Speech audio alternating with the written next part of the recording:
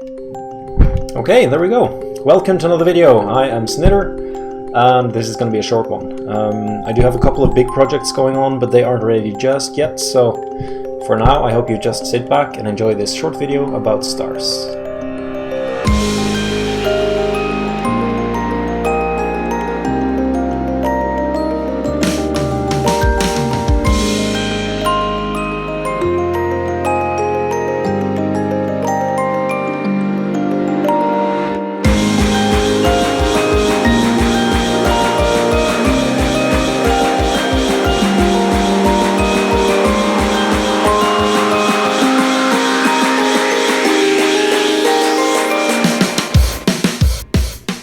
In the previous video I showed how I created this character here and how I animated it in the SMF model tool and imported it into GameMaker. Today I want to continue where I left off in a previous video, and that is video number 5, the making a cloud shader in GMS 2.3, where I made a shader, not like that looks like this. So it's a randomly generated cloud background. And to do that I created what's called Worley-noise, and that's what you see on screen right now, where you basically place a bunch of random points, and for each pixel you get the distance to the nearest point and color the pixel based on that. Let's save this as part 9. There we go. Let's close all of this. Okay, I'll just start the project to see what it looks like from the get-go. But I basically want to use this to also create some more interesting background, because I think the dark blue background here is a little too boring. I mean, the clouds are interesting and they are like procedurally generated, and they are continually moving, but it's a little too plain. It doesn't make sense for stars to show up when I look this way, so they should only be in this dark area here. So let's open the shaders. There are 2 shaders that are related to the sky background. SH Worley is generating Worley-noise and saving that to a texture, and SH Sky is using that texture to create the clouds. So I have created a function called read Worley-noise, and that takes in a 3D position and returns a float, basically the value of the Worley-noise at that position. So if I basically just comment out everything that I do in this shader and just read from that, let's see here, and that should be .rgb is equal to, I'll create a vec3 from that function. Since it returns a float, I have to use vec3 around it. Let's read the GM base texture at the default position. Blend, I'm going to talk about that later, but blend, the texture contains 2 different Worley-noise patterns, and if blend is 0 you get 1, if blend is 1 you get the other, if it is anything in between you get anything in between. But I'll set this to 0 for now. There is also one more thing I need to fix, and there we go. So let's look at this. I don't actually think we will see anything because I forgot to set the alpha. So let's set glfrag call that alpha is equal to 1. Okay, so this is what the Worley-noise looks like. This is basically a spherical slice through a 3D Worley-noise, if that makes sense. Let's make it a little bigger.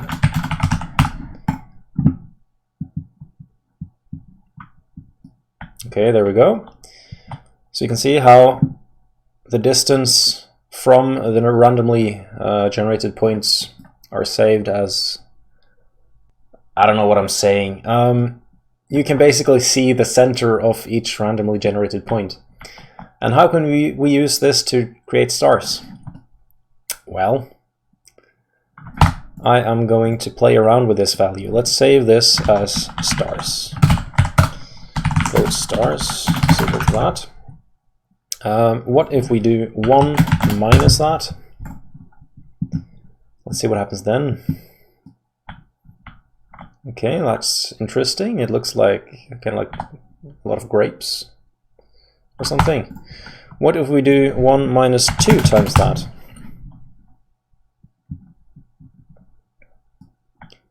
Okay, they're a little sparser. What if we do 1 minus 8 times that?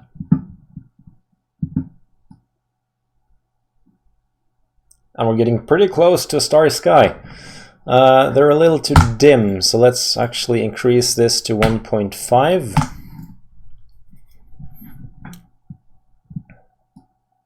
Okay, that's pretty interesting. What if we square this? Okay, that doesn't make sense. Let's set... if we square it, all the negative values also get positive, and that doesn't make sense. So we have to do the maximum of 0 and then square it. Okay, there we go. But I want the stars to change color depending on where they are, so I don't want all the stars to be the same color. And for that, I'm gonna do a quick Google search for HSV to RGB. And we have this excellent function here, HSV to RGB. I'm going to copy that and paste it into my shader. And what can we use to get a random value for each position that is smoothly changing? Well, we can use the Worley texture. So I'm going to get a new float here. I'll name it float. What should we call it? Offset. Just to give it a name. So let's make a new value here. There we go. And let's make a new vec3 star color. And then we're going to use this. Let's see, HSV to RGB, vec3, and then we can use offset. And I want offset to affect the hue, and I want the value and saturation to be 1. So let's just set the frag color to that and see what that looks like. Isn't this beautiful, huh? Okay, what if we do that times 10? Okay, this is pretty trippy. Let's multiply that by the stars value.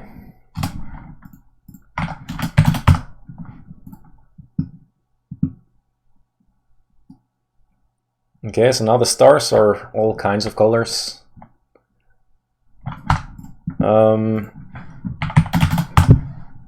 If I add 1 to this, they will be brighter and more towards white. Oh, wow, okay. That's what happens when you forget parentheses. So now we have 1 plus that random color times the star value. Now they are just a lot brighter. They're a little too multicolored still, but we're getting there. Let's do 1.5 plus star color. Okay, I can live with this.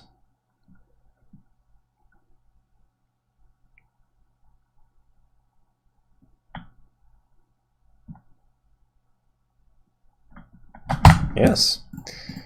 Let us change this slightly, because I want star color to be the final color. Let's see here. Vec3, I don't know if what I'm saying is making sense, but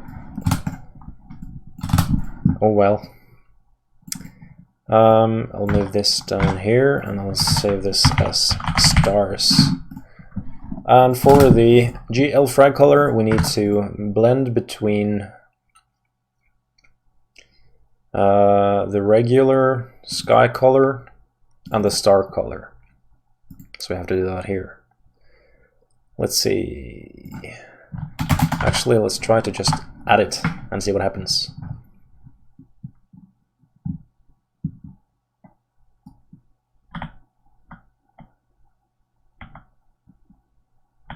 Okay.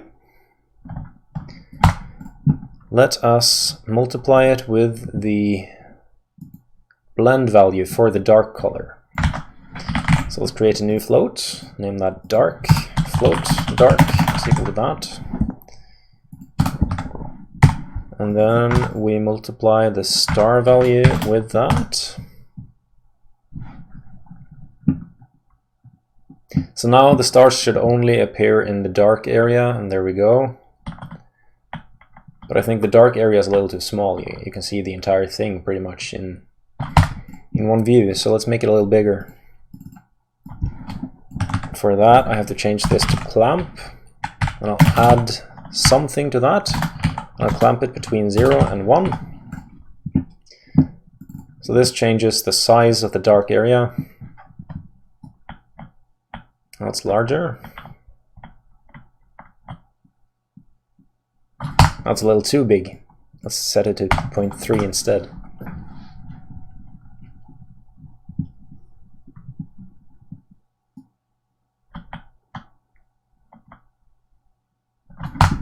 Okay.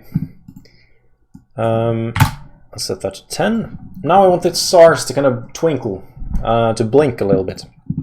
And I'm going to use the, let's see, where is it?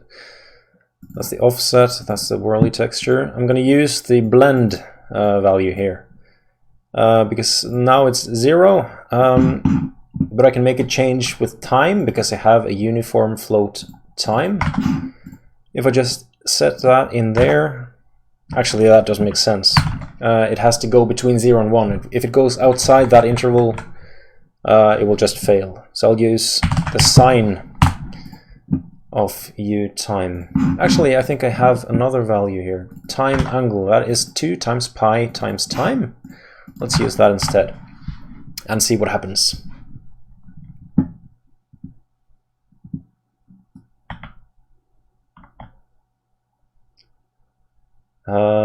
Now they just disappear. Let's set that to 10 times that instead.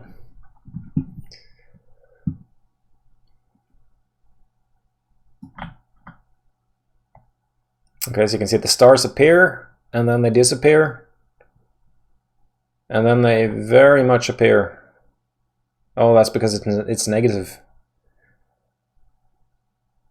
And then it's 0, and now it's positive again. Okay, that needs to be changed. So I need to add 0.5, and I need to multiply it by 0.5. And let's set this to 50 times time angle instead.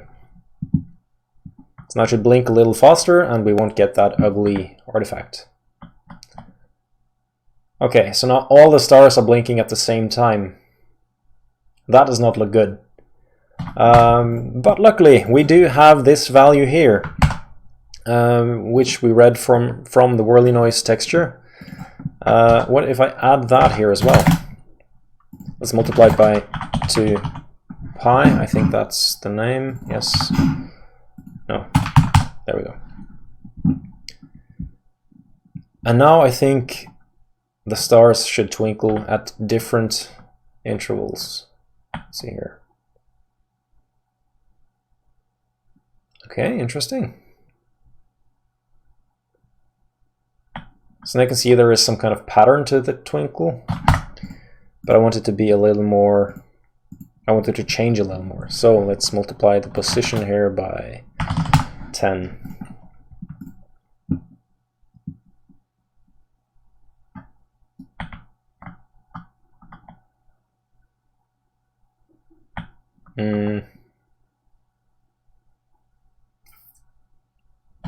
Nope.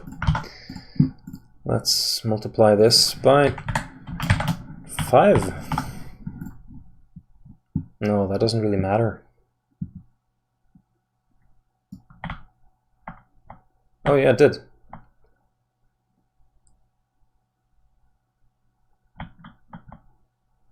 Okay.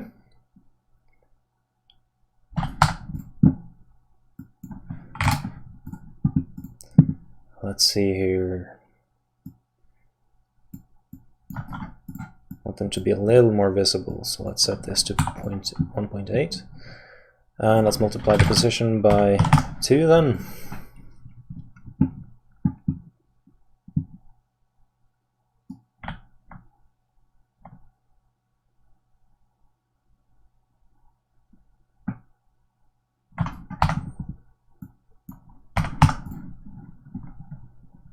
And you know me, I can play around with values like this forever. Okay, this is looking pretty good.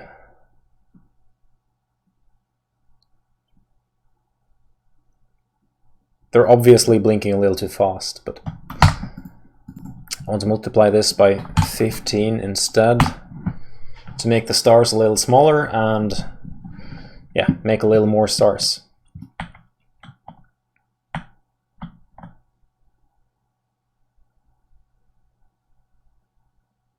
And I am very happy with how this is turning out.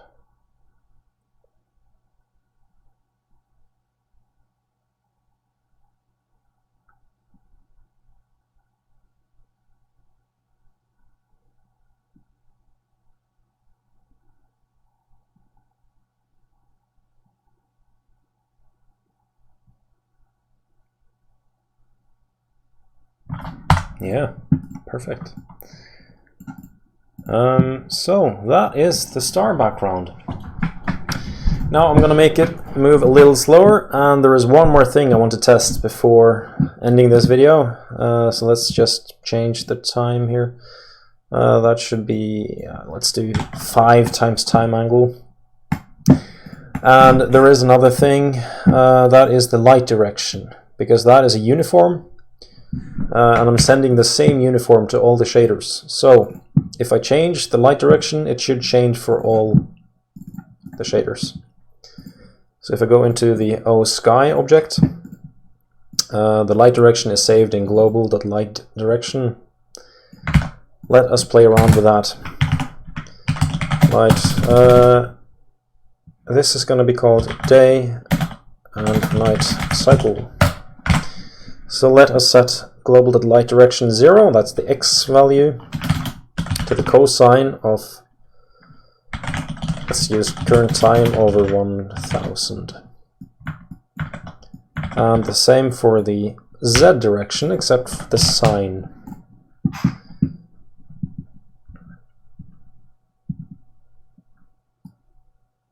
Now, okay, wow. That is not what I expected. What happened there? Oh,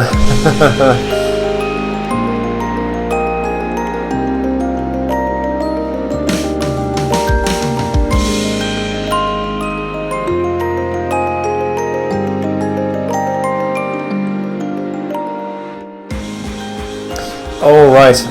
It wasn't a shader problem, it was a misunderstanding here, because that should be index 2. Because right now index 2 is set to 1, and the light shader was basically too long.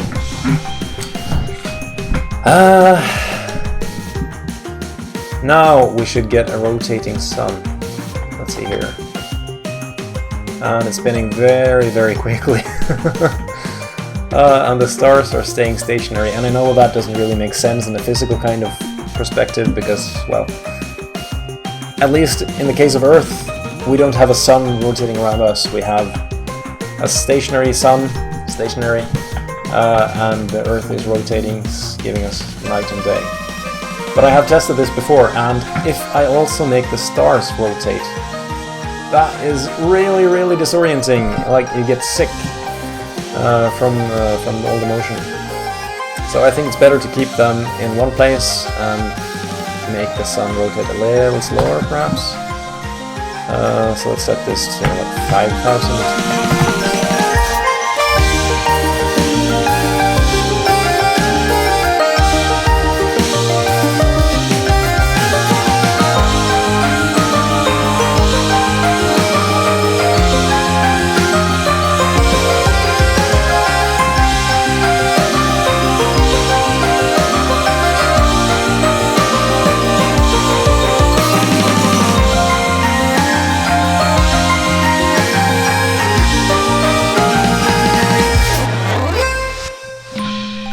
Okay, that was it for this video. Thank you for watching. If you have any questions, feel free to ask in the comment section of the video or in the Discord channel, GameMaker Discord. You can often find me in the 3D channel of the GameMaker Discord. I'm going to put the link to the source in the description, so if you want to play around with it, feel free to do that. and I'll see you for the next video.